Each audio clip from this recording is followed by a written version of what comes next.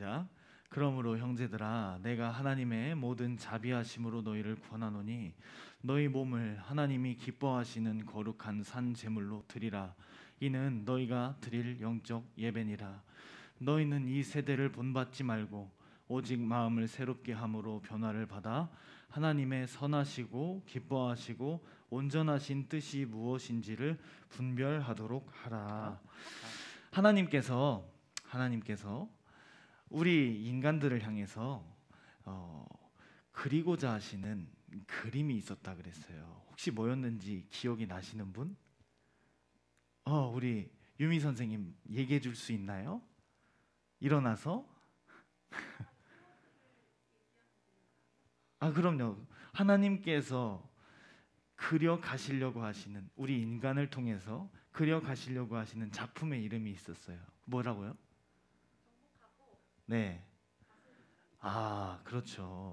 하나님께서 주신 복을 짧게 얘기를 하자면, 하나님께서는 우리들을 향해서 정복하고 다스리는 그림들을 우리들이 그려 나가기를 원하셨어요.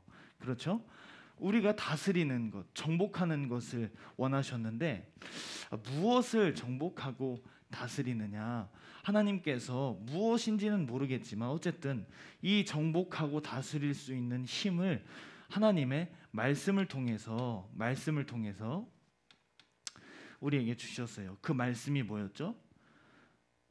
저 동산 중앙에 있는 나무 실과를 너희가 먹지 말라. 먹는 날에는 정령 죽으리라 하시는 하나님의 말씀을 통해서 우리에게 이 정복할 수 있는, 다스릴 수 있는, 소위 말해서 지혜라는 것을 주셨어요. 지혜. 길게 설명 안 할 거예요. 그냥 이렇게 그랬어요 하고 넘어갈 거예요. 설명 안 할 겁니다. 왜냐하면 설명을 충분히 했기 때문에. 자, 이 지혜를 가지고 아담이 이제 하나님께서 말씀하신 정복하는 일, 다스리는 일들을 하기 시작하잖아요. 그 증거가 뭔지는 저도 이게 맞게 생각하는 건지는 모르겠어요. 근데 아담이 이름을 붙여주더라고요. 이름을. 제가 유미에게 이름을 붙여준다라고 하는 것은 참 의미가 있는 일이잖아요. 이름을 내가 누군가에게 붙여준다는 것, 내가 이것에게 보드마카라는 이름을 부여했다라고 하는 것은 이것이 누구의 것이라는 거예요? 이거는 설명 안 한 거 갑자기 하니까 지금 툭 튀어나와서 지금 어려워하는가 보다. 복습이 아니라 이건 새로운 거라서. 내가 여기에다 이름을 붙였어. 그럼 이건 누구 거야? 보통 우리가 어떤 거에 이름을 붙인다라고 하는 것은 뭐 이렇게 세상 살아가다 보면 뭐 많잖아요. 뭐 달나라 가는 우주선 이름 뭐 암스트롱 호 막 뭐 이런 거. 그게 뭐냐? 그만큼 그 사람의 힘, 그 사람의 능력, 그것을 표현하는, 우리 노비에게도 이름을 붙여주잖아요. 말숙이, 뭐 뭔숙이 하면서 노비 이름 붙여주고, 또 하나님께서도 하나님의 뜻을 이루어 갈 때에 이름을 바꿔주시는 경우를 많이 보지 않습니까? 야곱에게 이스라엘이라고 하는 이름을 주시잖아요. 아브라함에게 아브라함이라는 이름을 주시잖아요. 마찬가지입니다.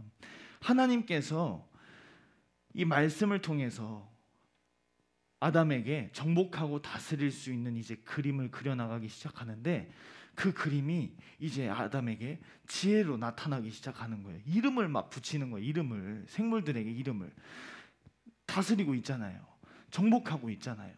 아담은 이 세상을 다스리는 것이 나의 몫인가 보다, 이렇게 생각을 했던 것 같아요. 그런데 그것이 아니었다는 사실이 어디서 드러나냐면 창세기 4장에 보면 가인에게 이르시되 하나님께서 뭐라고 하십니까? 너는 죄를 어떻게 해라? 한번 찾을 수 있나요? 너는 죄를 다스릴지니라. 뭐를 다스리라고요? 무엇을 다스리라고요? 조가 아니라 죄를 다스리라고요. 죄를.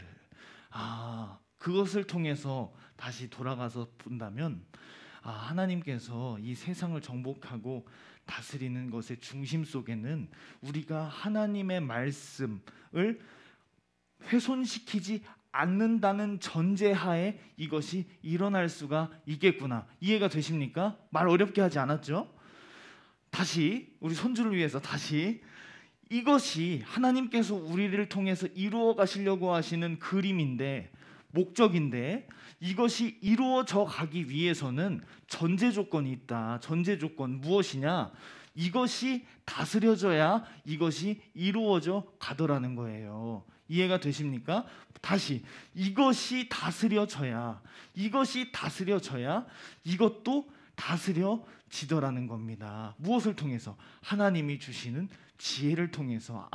그러면 이 말씀 속에 이것을 정복하고 다스릴 수 있는 지혜가 있구나. 인정되시면 아멘입니다. 이해가 되시면 아멘입니다. 우리는 이것을 어떻게 다스릴 수 있는지 몰라요. 어떻게 정복할 수 있는지 몰라요. 그러나 하나님의 말씀 안에 그것을 이루어갈 수 있는 지혜가 있더라. 지혜가, 여러분, 무슨 일이 있어도, 무슨 상황 속에서도 하나님의 말씀을 이루어 나가시기를 간절히 바랍니다. 이 일 속에, 이것 속에 정복하고 다스릴 수 있는 지혜가 들어있는 거예요. 사람들은 이것을 정복하고 다스리기 위해서 허상을 쫓잖아요. 돈이 있으면 이것을 다스릴 수 있을 거라 생각해요. 명예가 있으면 이것을 다스릴 수 있을 거라 생각하지만, 예수님을 믿는 우리들, 하나님을 인정하는 우리들에게 있어서는 그것이 아니라 어떤 상황이 와도 말씀을 인정하는 태도, 말씀을 인정하는 믿음을 통해서 하나님은 정복하고 다스리는 그림을 내 인생을 통해 드러내기를 원하신다. 아멘. 이것을 하나님이 탁 설계를 하신 거예요. 그려놓으신 거예요. 그런데 우리가 잘 알다시피 아담의 범죄 사건 이후로 이 지혜의 방향이 살짝 변하기 시작해요. 이 지혜의 방향이 어떻게 지혜가 변하느냐? 보세요. 이 죄 속에는, 이 죄가 누구로부터 왔죠? 이 죄가 누구로부터 왔죠? 마귀. 다들 이렇게 재미없으면 안 해. 끝내 그냥. 재미없어. 네 얼굴 제일 재밌게 생겼는데 네가 와서 설교하라 그런다? 그럼 다 웃겠지 뭐. 이 죄 속에 뭐가 있어요? 죄 누가 짓게 했어요? 마귀가 짓게 했단 말이에요. 말씀 속에는 하나님의 성품이 들어있는데 이 죄 속에 무엇이 들어있겠어요? 이 죄 속에는 이 마귀의 성품이 이 안에 가득가득 들어있는 거예요. 가득가득. 내가는 안 되지. 제가 이번 캠프를 통해서 이야기하고 싶었던 부분이 이 부분인 거예요. 이 죄 속에 들어있는 마귀의 가득가득 담겨져 있는 악한 성품. 무엇입니까? 마귀의 성품 혹시 얘기해 볼 수 있는 사람? 마귀의 성품. 뭐라도. 야, 너 이렇게 자꾸 보니까 그거 눈썹 같다. 흰 눈썹 난 거 같은데? 이거 사진 많이 남겨놔야 되겠다. 이거 사진 좀 많이 찍어줘. 내일. 나도 그냥 여기다 까만 거 이렇게 그리고 할까? 근데 눈을 쳐다보면 이게 시선을 돌릴 수가 없네. 매력이 넘치는 걸. 마귀의 성품이 우리가 있잖아요. 알고 있는 성품. 첫째, 마귀가 어떻게 마귀가 됐어요? 천사장 루시엘이 하나님의 자리, 그 자리를 욕심냈단 말이에요. 욕심. 그렇죠? 욕심냈단 말이에요. 두 번째, 성경에 드러나고 있는 이 마귀의 성품, 음란하단 말이에요. 우리는 이 음란하다는 말이 무엇인지 알고 있어요. 이게 뭐냐면 자기 자신을 극도로 사랑하는 거예요. 자기 자신을 극도로. 우리가 사랑해야 할 대상이 누구죠? 우리가 사랑해야 할 대상이 누구죠? 하나님인데 이 마귀는 자기 자신을 극도로 사랑하는 거예요. 세 번째까지만 합시다. 너무 길어질 것 같으니까. 세 번째, 이 마귀가 가지고 있는 가장 악한 성품 중에 하나, 방탕한 거예요. 이 방탕이라고 하는 말이 이렇게 어려운 말처럼 들릴 수도 있는데 이 방탕이라고 하는 의미를 보면 공허함, 비어있음 이런 걸 의미를 해요. 무슨 말이냐면 열심히, 자, 이 방탕의 가장 큰 예를 들어서 설명할게요. 게임을 하루에 막 10시간 했어요. 12시간 했어요. 쏟아진 에너지가 있겠죠? 쏟아진 시간이 있겠죠? 근데 딱 끝냈어요. 뒤돌아서면 뭐가 있어요? 아무것도 없어요. 이게 방탕이라는 거예요. 이해가 되십니까? 방탕, 아무것도 없음. 그러면서 이 방탕이라고 하는 것을 제가 참 이게 신기하더라고요. 이 방탕이라고 하는 것을 영어로 셀프, 좀 똑똑해 보인다. 근데 이게 맞나 모르겠어.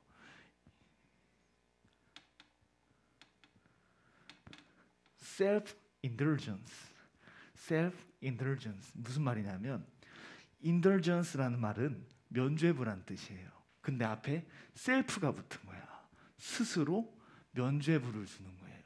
스스로 자기가 가진 목적이 있는데, 자기가 해야 할 일들이 있는데 그것을 잃어버리고 그것을 버리고 스스로에게 면죄부를 주는 거예요. 스스로에게 면죄부.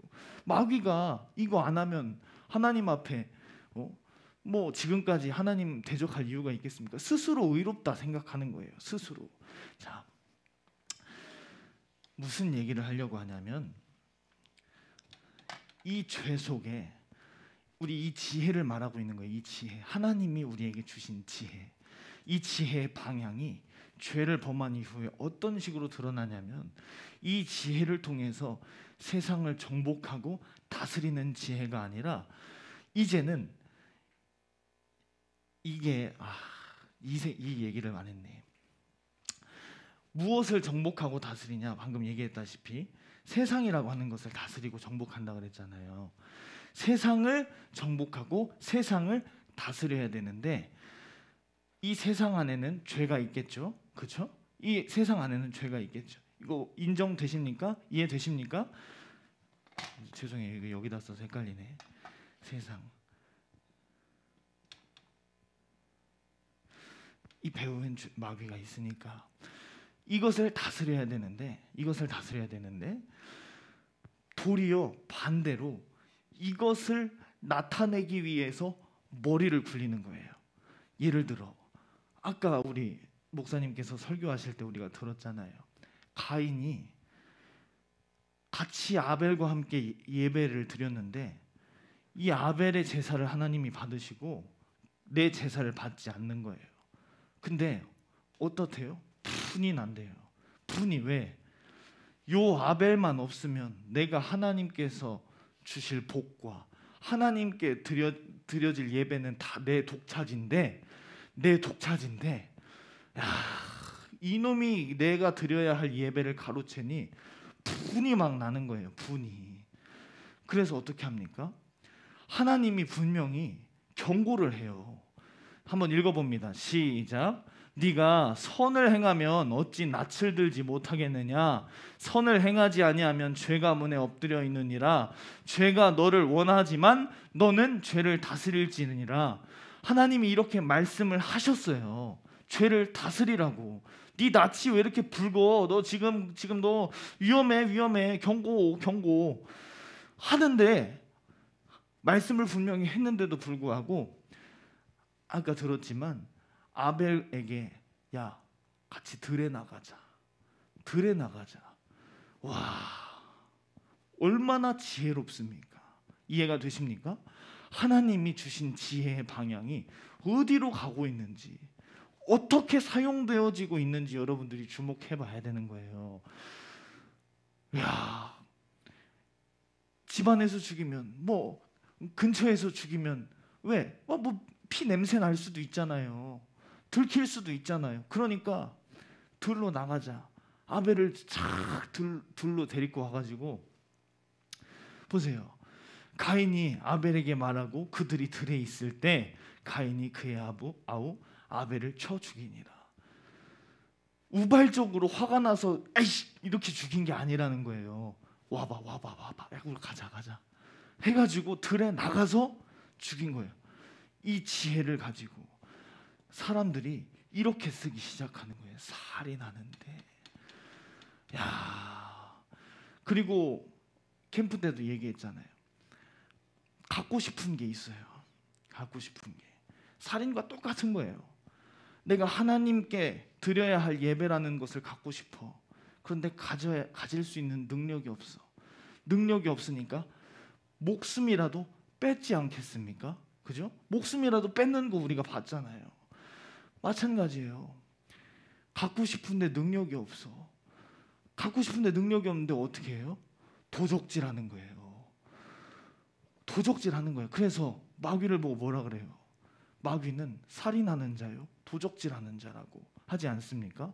욕심쟁이, 너희는 너희의 아비 마귀에게서 났으니 그 아비의 욕심대로 행하고자 하는도다. 그는 처음부터 살인한 자요, 도둑질하는 자라고 주님이 분명히 말씀하시잖아요. 이해되십니까?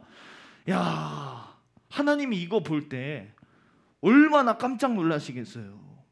얼마나 깜짝 놀라시겠어요.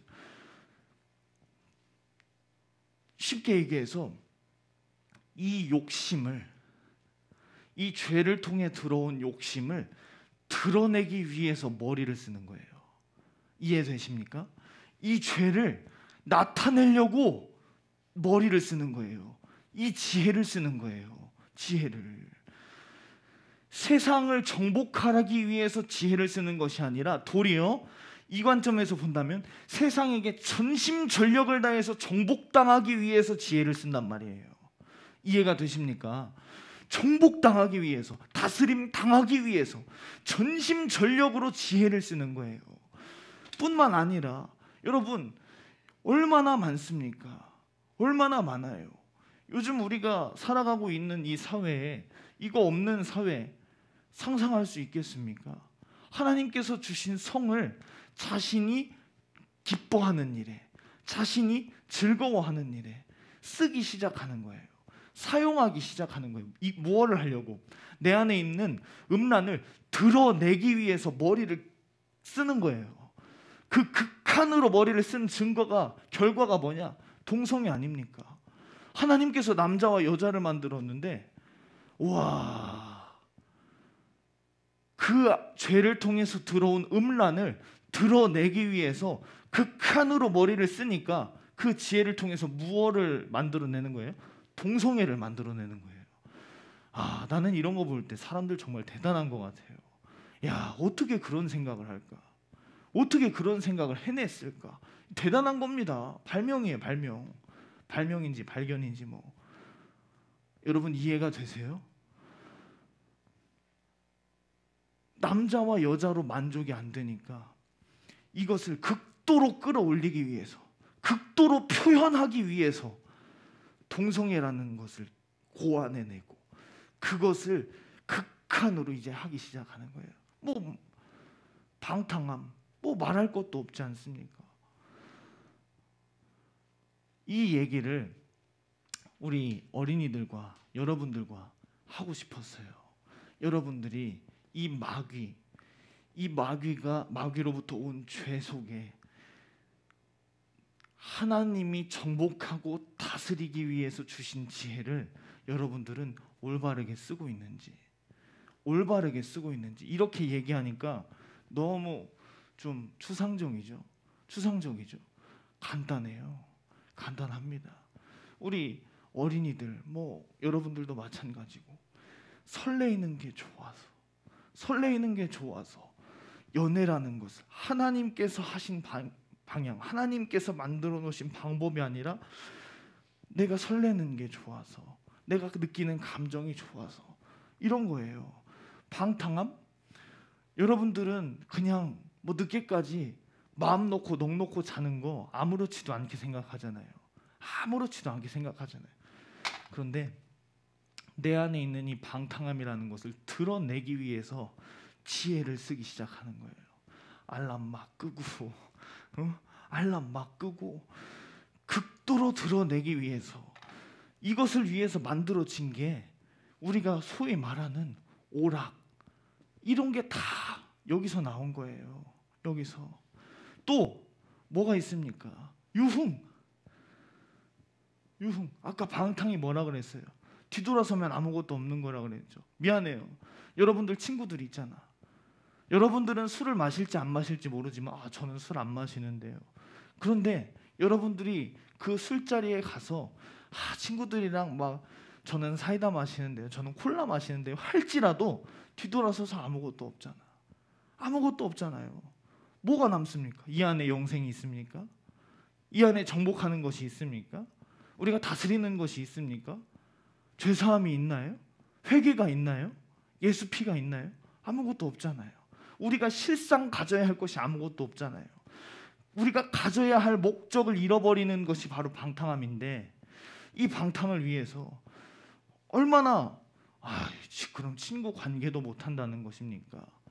하지 말라는 얘기가 아니라 분별을 잘해라 이겁니다.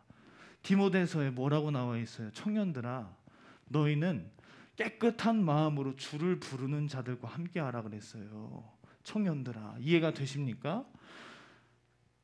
방탕한 거예요. 근데 뭐 젊은 청년들이 모여서 335 모여가지고 술 마시고 노는 거 가지고 누가 뭐라, 리모컨 어디 있니? 고마워. 이제 추워요? 아니 좀 열받았어.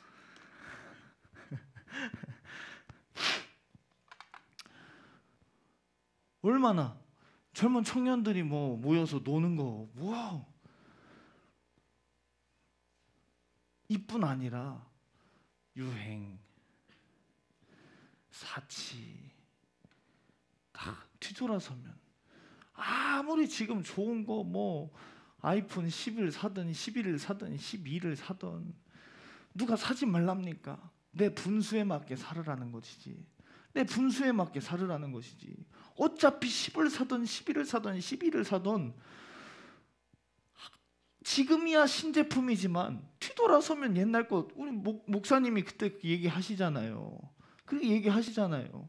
뒤돌아서면 다 헐어질 거예요. 왜 저처럼 당근 팔아가지고 당근으로 잘 입고 그러면 되는 것이지. 돈에 막 명품 사고 뭐 하고 얼마나 잠자는 것도 절제하지 못하는 거 방탕한 거예요. 예. 이뿐만 아니라 오락을 하는데 우리가 제일 좋아하는 거 유튜브라든지 핸드폰 게임이라든지 하지 말라는 게 아니라 분별을 잘 해봐라 이겁니다. 분별을 잘 해봐라. 분별을. 이것을 하기 위해서 사람들이 만들어내는 거예요. 만화 같은 거, 드라마 같은 거. 선주 자냐?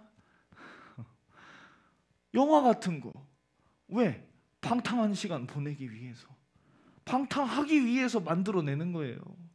연애 드라마, 무슨 웹 드라마, 무슨 액션 영화, 무언 영화. 방탕을 극도로 드러내기 위해서 문화를 만들어낸다니까요. 지금 여기 저 앞에 저 혼자 원맨쇼 하고 있는 것 같은데 이해가 되십니까? 지금 사람들이 지혜를 어디다 쓰고 있는지를 한번 보세요. 이해가 되십니까? 지혜를 지금 엉뚱한 데다 쓰고 있잖아요. 악한 지혜.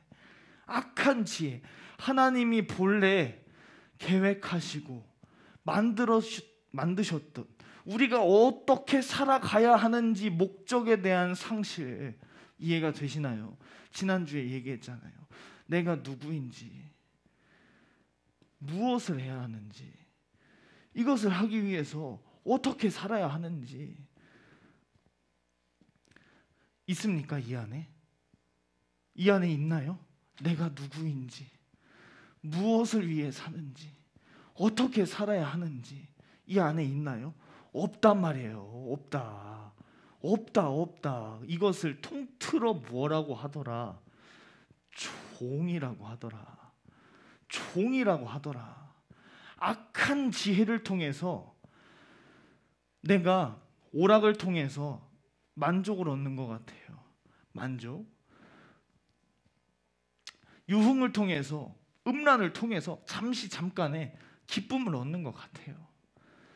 뭐 살인, 뭐 도둑질, 뭐 비판, 판단, 뭐 미움, 시기, 질투, 다툼 등등등, 이것을 통해서 잠깐 후련함이라마 얻는 것 같기도 해요. 얻는 것 같기도 해요.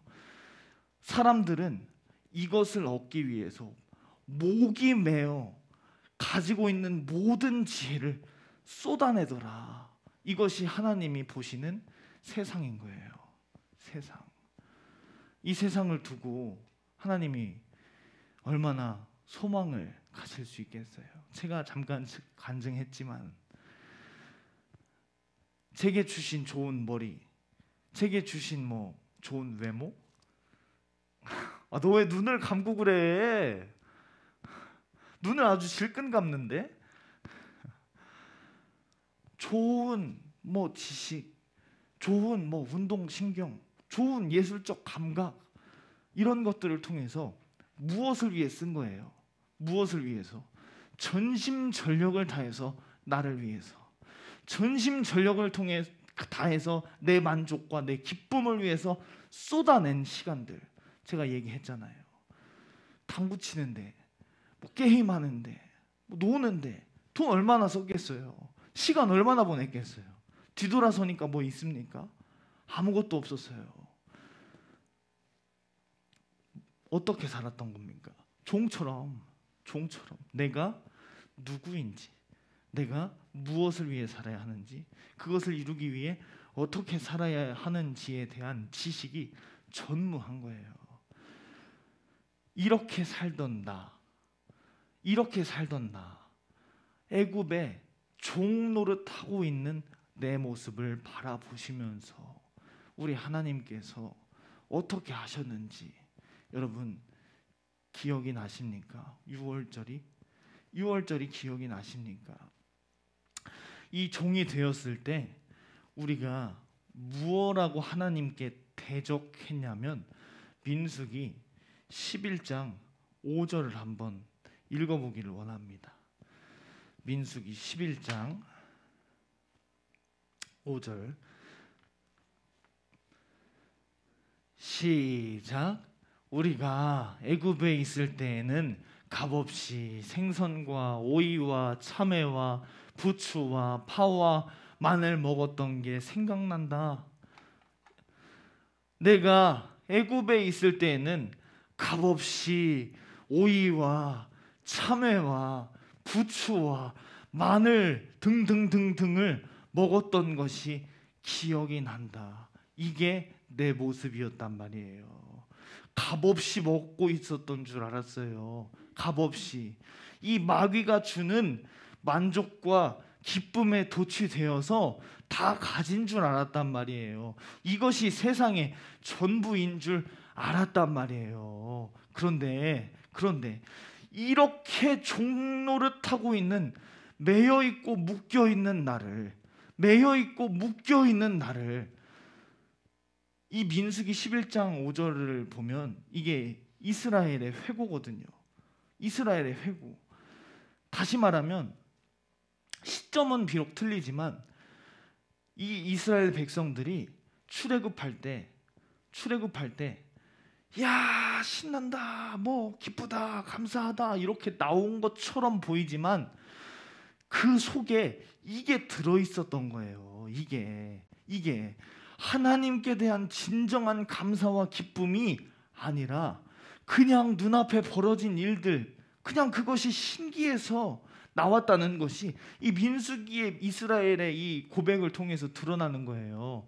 만약에 하나님께 진심으로 진정으로 감사하고 기뻐했다면 이런 말 하겠습니까? 할 수 없죠.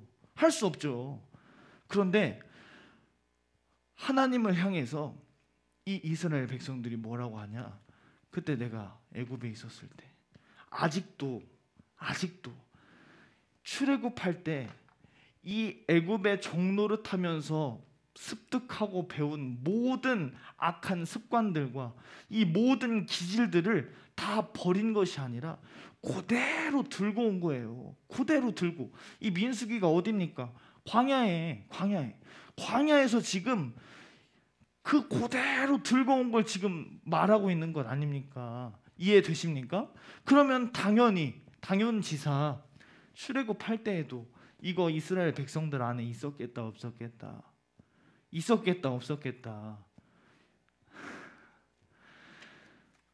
출애굽할 때 이 종노릇하는 이 종의 근성, 이 거지의 근성, 이 안에 있었겠다 없었겠다? 당연히 있었겠다. 당연히 있었겠다. 홍해 눈앞에 보자마자 이 모세야, 지금 네가 애굽에 장지가 없어서 날 여기다 묻으려고 작정하냐? 바로 원망 튀어나오잖아요. 바로 원망 튀어나오잖아요. 바로 원망을 한다는 것은 지금 무슨, 바꿔 얘기하면 무슨 의미냐면 바로를 옹호해 주는 거예요. 바로를 옹호해 주는 거예요. 애굽에 장지가 없어서 나를 여기다 묻겠느냐라는 말을 곱씹어서 다시 생각을 해보면 지금 하나님이 위대한 것이 아니라 나를 만족시켰던, 기쁨을 주었던, 나에게 후련함을 주었던 그 바로가 그립다는 거예요. 그 애굽이 그립다는 거예요. 그러니까 그런 말을 하는 거 아닙니까? 그리우니까. 이해되십니까? 여러분, 이런데 이게 저와 여러분들의 모습 아니었습니까? 저와 여러분들의 모습. 출애굽할 때, 홍해에서 나올 때도 이 마음가짐을 그대로 가지고 있었어요. 그대로 가지고 있었어요. 이게 광야에서도 튀어나왔고, 뭐 가데스 바네아에서도 튀어나왔고, 뭐 튀어나오잖아요. 이런 내 모습인데도 불구하고, 다시 말하면 구원받을 때, 우리가 구원받을 때 우리 완전한 죄 짐을 벗어 던지고 그렇게 나온 게 아니라는 거예요. 이 종되었던, 이 바로에게 종되었던, 그러면서도 하나님 앞에서 이 바로를 옹호해 주려고 하는 이 종노릇된 근성, 이것을 그대로 가지고 나왔다는 거예요. 이해되십니까? 가지고 나왔다는 거예요. 가지고 나왔다는 거. 그 가지고 나온 우리들을 바라보시면서 이제 광야 생활이 시작되는데, 광야 생활의 핵심이 뭡니까? 그 종노릇된 근성 가지고는 가나안 땅 못 들어간다. 이해되십니까? 니들 이거 옹호해주면 못 들어가. 너 애굽에서 먹었던 오이, 너 애굽에서 먹었던 그 생선, 너 애굽에서 먹었던 그 마늘, 부추, 너 그게 너 살린 줄 아니? 그게 너를 살릴 수 있는 능력인 줄 아니? 그게 아니야. 네가 누구인지, 너를 지금 구원하고 있는, 너를 지금 인도하고 있는 자가 누구인지 너 이거 잃어버리면 죽는 거야. 이거를 광야 생활 내내 가르쳐 주는 거예요. 애굽에서 마셨던 물이 전혀 없는 곳, 애굽에서 먹었던 양식이 전혀 없는 곳, 단지 하늘만을 바라봐야 하는 곳, 단지 하늘에서 내려오는 만나와 메추라기와 반석에서 터져나오는 물이 아니고서는 전혀 살 기대를 할 수 없는 곳. 이 광야를 지나가게 하시면서 이스라엘 백성들에게 하시는 말이 그거예요.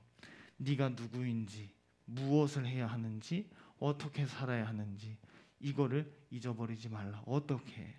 기념하고 기억하라고. 이해되십니까? 무엇을? 여호와의 유월절을. 아멘. 유월절을 기억하라고. 여러분, 한번 상식적으로 이제 한번 생각을 해보는 거예요. 상식적으로 이 유월절, 이 이스라엘 백성들은 나올 때 양 잡으라니까 그냥 양 잡으란다. 하나님 저 모세를 통해서 양 잡으란다. 양 잡는데 지금 이 양 잡는 게 뭔지 지금 알고 잡는 거예요? 모르고 잡는 거예요? 알고 잡아요? 모르고 잡아요? 모르고 잡는 거예요. 뭐 잡으라니까. 이방인이 됐건 뭐 여자가 됐건 남자가 됐건 양 잡으라니까 그냥 잡는 거예요. 시키는 대로 하는 거예요. 시키는 대로 양을 잡아서 그 피를 보고 문설주와 좌우 임방과 설주에 바른 그 피를 보고 구원을 얻었지만 자기 자신이 지금 무엇을 해서 구원을 받은지 모르잖아요. 모르지 않습니까? 그런데 우리는 이 유월절의 원형이 뭔지 알잖아요. 하나님이 유월절을 통해서 무엇을 우리에게 보여주시려고 하시는지 알지 않습니까? 그 렌즈를 가지고 유월절을 지키라고 하시는 하나님의 입장으로 돌아가는 거예요. 이스라엘을 보는 거예요. 그 이스라엘 누구예요? 나. 종에 된 종 노릇하고 있는 나. 심지어는 나를 죽이는 이 악한 지혜를 가지고 마귀를 옹호해주고 덮어주고 하나님을 향해서 하나님 거저 그 바로가 주었던 오이와 참외와 뭐 생선과 이것들이 있습니다. 그것들이 생각납니다. 구원받았음에도 불구하고 이 종노릇된 멍에를 버리지 못하고 있었던 나, 구원받기 전에 내 모습을 향해서 하나님이 유월절 양을 잡아라, 이스라엘 백성들 향해서 말씀하시는 하나님으로 돌아가는 거예요. 여러분 이제 그 하나님의 마음 조금은 알 수 있겠습니까? 양을 잡아라. 유월절 양 잡아라. 내가 그 피를 볼 때 내가 너를 넘어가겠다. 여러분 이게요 어마어마한 얘기예요. 하나님이 그 피를 안 보면 내가 너 그 피 안 보면 네 집 다 주고, 우리 예진이 너 그 피 안 보면 너네 집 다 주고. 무슨 말이냐? 강제로 그 피를 바르라는 거예요. 근데 그 피가 무슨 피야? 그 피가 무슨 피요? 날 구원하실 어린 양 예수의 피. 이해되십니까? 근데 그 피를 바르라는 것을 하나님께서는 내가 그 피를 보지 않으면 너희 집을 넘어가지 않겠다. 뭔가 상황이 바뀐 것 같지 않아요? 뭔가 상황이 바뀐 것 같지 않습니까? 하나님이 그 어린 양의 피를 바르는 것을 통해서 아들 예수의 십자가의 사건을 알고 계셨겠죠. 그 그림을 그리시고 계셨겠죠. 그런데 말하는 것이, 이스라엘 백성들에게 말하는 것이 조금 우리들에게 있어서는 다르게 들려야 돼요. 그 피를 바르라는 거예요. 명령을 하는 거예요. 다시 말하면 너는 살아야 된다는 것입니다. 회개하라는 것입니다. 아멘, 아멘, 아멘. 지금 살아야 될 자가 누구예요? 살아야 될 자가 누구예요? 이 종, 애굽에 갇혀있는 이 종들, 이 자들이 살아야 되는데 살려주실 분은 누구예요? 하나님이신데, 그러면 살아야 될 자가 살려주실 분에게 저 양 잡으면 될까요? 양이라도 잡으면 저희들 이 애굽에서 나갈 수 있을까요? 해야 되는데 지금 되려 살려주실 분이 양을 잡으라는 거예요. 살아야 할 자들은 지금 내가 무엇을 해야 하는 건지, 양 잡으라니까 그냥 양 잡아가지고 그 피 흘려서 그 고기 그냥 먹는 줄 알았는데, 하나님은 어떠셨겠어요? 그 유월절을 통해서 이게 반드시 이루어져야 할, 어떻게 보면 약속이잖아요. 하나님께서 우리에게 주신 절기들이 하나님께서 반드시 우리의 성경의 이 역사를 이루어 나가셔야 할 시간표잖아요. 다시 말하면 약속이란 말이에요. 유월절을 주실 때 뭔지 몰라요. 심지어는 유미 생각 속에는 지금 살아야 할 곳을 향한, 가나안을 향한 그 꿈과 가나안을 향한 희망에 부풀어 있는 것이 아니라, 심지어 유미의 생각 속에는 지금도, 유월절을 명령하고 있는 지금도 애굽에 대한 그리움, 바로에 대한 그리움, 이것이 남아있단 말이에요. 그런데도 불구하고 우리를 향해서 너 양을 잡으라는 거예요. 심지어는 내가 그 피를 보지 않으면 넘어가지 않겠다. 너도 멸망당하니까 너는 반드시 죽여야 한다는 거예요. 여기서 하나님의 구령의 열정이 느껴지십니까? 너 반드시 그 양을 잡아야 된다는 거예요. 그 양 누군데? 그 양 누군데? 그 양 누군데? 주님 아니십니까? 주님 아니십니까? 근데 넌 그 양 반드시 잡아야 된다는 거예요. 네 살고 싶으면, 너 살고 싶으면. 사랑하는 우리 여러분들에게 이 하나님의 유월절이 뼛속 깊이 새겨질 수 있기를 간절히 바라요. 느껴지지 않으면 안 돼. 이게 내 안에 감화와 감동으로 느껴지실 수 있기를 바라요.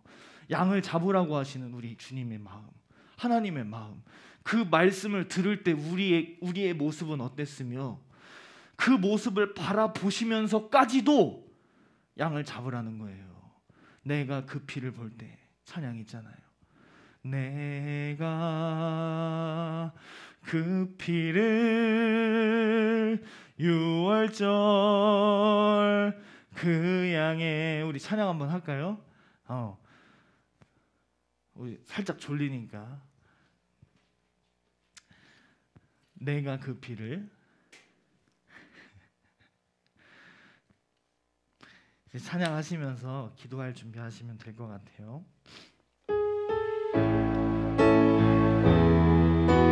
내가 그 피를, 내가 그 피를 유월절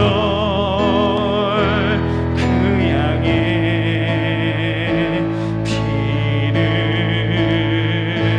볼 때에 심정을 느껴보시기를 원합니다. 내가 그 피를,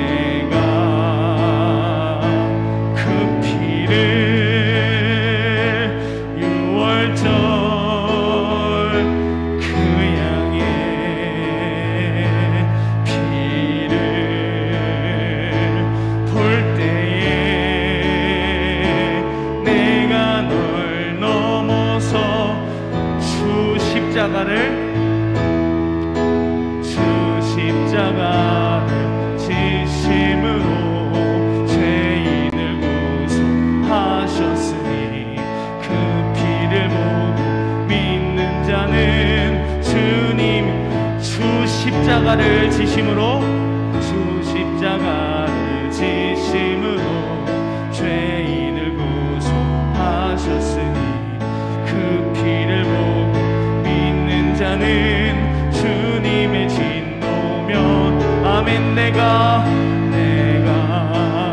그 피를 유월절 그 양의 피를 볼 때에 내가 그 피를, 내가 그 피를 유월절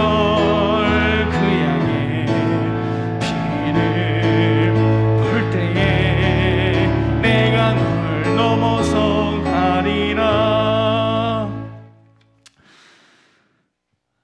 여러분, 내가 그 피를 볼 때, 내가 너한테서 그 피를 볼 때 그제서 내가 너를 넘어가겠다는 거예요. 이게 여러분 위압처럼 들리십니까? 이게 어떤 강제력을 가지고 나를 구속하려고 하는, 어떤 나를 올가매려고 하는 명령처럼 들리십니까? 아니잖아요. 우리는 이제 알잖아요. 이것이 얼마나 극진하신 하나님의 사랑이었는지. 너가 살고 싶으면 그 양을 죽이라는 거예요. 근데 그 양이 누구인지는 주님은 알고, 하나님은 알고 계시는 거예요. 그 어린 양이 이제 어떤 모습으로 성취되어져야 할지 우리 하나님만 알고 계시는 거예요. 그 양이 거침없이 이스라엘 백성들에 의해서 죽어 나갈 때 우리 하나님 심정 어떠셨겠어요?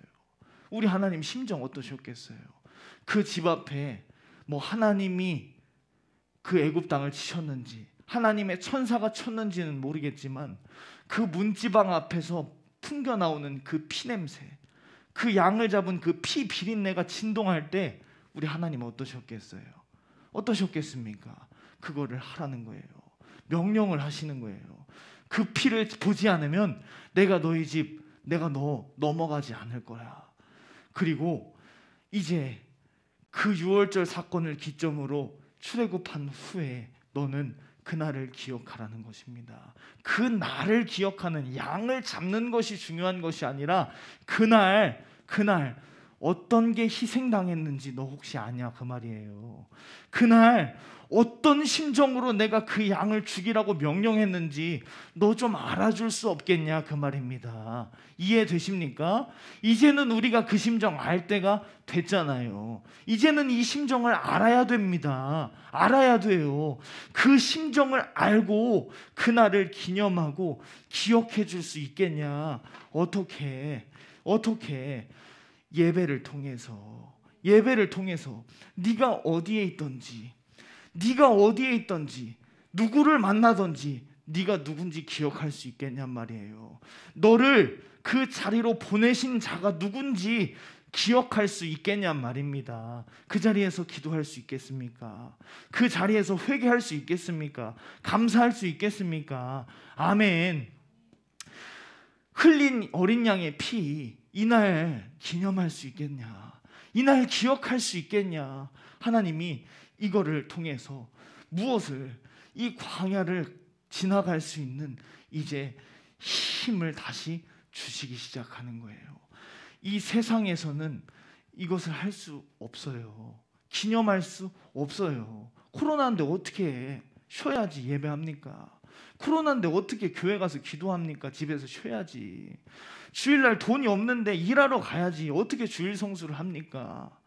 일하러 가야지. 어떻게 지금 주머니 사정이 여의치가 않은데 하나님 감사할 수 있겠어요? 먹고 살아야 되는데 그 생각을 버릴 수 있겠냔 말이에요. 어떤 때에 네가 유월절을 기억할 때, 내가 신앙생활에 나태해지고 해이해질 때 무엇을 잃어버리고 있는 거예요? 유월절 어린 양, 내가 어떻게 나왔는지, 어디서 나왔는지 잃어버리니까 신앙생활에 해이가 오는 거예요. 내가 누구를 만난다고 해서, 어디에 있다고 해서 사리 분별하지 못하고 있어야 할 자리 없어야 할 자리를 분별하지 못하는 까닭이 뭐겠어요? 내가 유월절 어린 양의 피를 통해서 어떻게 구원받았는지를 잃어버리기 때문에. 그런데 이제는 여러분들이 이 피를 어디에 있든지, 누구를 만나든지, 무엇을 하든지 기억하고 기념하는 여러분들의 삶에서 예배로 드러내 줄 수 있겠냐 말이에요. 드러내 줄 수 있겠냐. 이것이 하나님께서 파괴되어 버린, 깨어져 버린 그림을 다시 이 광야를 통해서 회복시켜가는 그림 아니겠습니까? 광야에 내가 먹을 것 없어요. 하나님 말씀대로 살다가 그지 될 수도 있어요. 사람들한테 조롱당할 수도 있어요. 그런데 그것을 누가 하게 하시는 거예요? 하나님의 말씀이 그 세상을 정복하게 하시는 거예요. 그 조롱하는 세상을 나에게 다스리게 하시는 거예요. 하나님의 말씀을 다시 지혜 삼으실 수 있겠습니까? 하나님의 말씀을 어떤 상황과 환경 앞에서도 끝까지 내 약속으로 붙잡을 수 있겠냐, 이 말입니다. 그 약속 안에 흘리신 유월절 피가 있단 말이에요. 피. 아멘이십니까? 그냥 하는 말이 아니라 지금 성경이, 이 광야에 사도 바울이 살았었잖아요. 광야에. 뭔 말이요? 고린도후서 1장 8절로 9절을 한번 봅니다. 고린도후서 1장 8절로 9절 시작.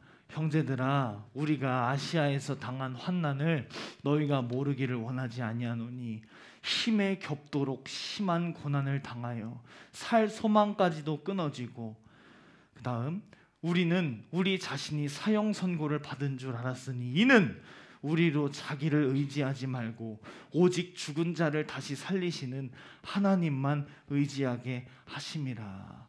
여러분, 이거 믿으실 수 있겠어요? 여러분 이거 믿으실 수 있겠습니까? 인정하실 수 있겠습니까? 이것은 여러분들이 여기서 아멘 한다고 드러나는 것이 아니에요. 이제 내가 보지 않는 곳에서 여러분들이 각자 삶에 돌아가서 이 여러분들의 개인적인 신앙생활 속에 이 광야를 뚫고 지나가는 것은 내가 해줄 수 있는 게 아니에요. 여러분들이 죽은 자를 다시 살리시는 하나님만 의지할 때 가능한 일입니다. 여러분 이제 말씀 마칠게요. 오늘 말씀의 핵심이 뭡니까? 오늘 말씀의 핵심, 유월절을 기억하라, 예배하라, 예배하라. 아멘. 우리 예배하는 성도가 됩시다. 우리 세 번만 시작. 예배하는 성도가 됩시다. 예배하는 성도가 됩시다. 예배하는 성도가 됩시다. 아멘, 아멘. 여러분들의 그 예배에 이제 산 제물이 되기를 원합니다. 산 제물이 되기를 원합니다. 이 욕심과 음란과 방탕함으로 우리에게 이제 하나님이 주신 지혜를 악하게 사용하게 만드는 이런 지혜가 아니라 이제는 이 죄를 다시 다스려야 되는 거예요. 다시 정복해야 되는 것입니다. 이해되십니까? 여러분들 삶 속에 그 삶이 이루어져 가기를 원합니다. 결코 여의치 않을 거예요. 결코 여의치 않을 거예요. 하나님의 말씀을 다시 이루어간다? 결코 여의치 않을 거예요. 기도한다? 평생을 싸워야 돼요. 전도한다? 평생을 싸워야 돼요. 주일 성수? 평생을 싸워야 돼요. 감사? 11조? 여러분 평생 싸워야 돼요. 뭐랑? 욕심과 음란과 방탕과 여러분들 기도하지 못하게 하는 방탕, 감사하지 못하게 하는 욕심, 평생 싸워야 된단 말이에요. 평생. 어떻게? 6월절 이 6월절을 기억하고 기념할 때, 예배할 때 내 힘으로 가는 것이 아니라 내 힘으로 가는 줄 알았지만 하나님이 만나를 주시지 않습니까? 하나님이 메추라기를 보내주시지 않습니까? 여러분과 함께하는 성령과 함께 이 죄를 정복하고 다스리기를 간절히 바랍니다. 그러기 위해서 여러분들의 삶 속에 적극적인 예배가 중심을 다해서 부탁해. 내가 누군지 잃어버리지 않기를 바래요. 나를 구원하시는 분이 누구인지 잊지 않기를 바래요. 6월절 어린 양의 피가 헛된 인생으로 살지 않기를 간절히 바랍니다. 우리 두 주먹 불끈 쥐시고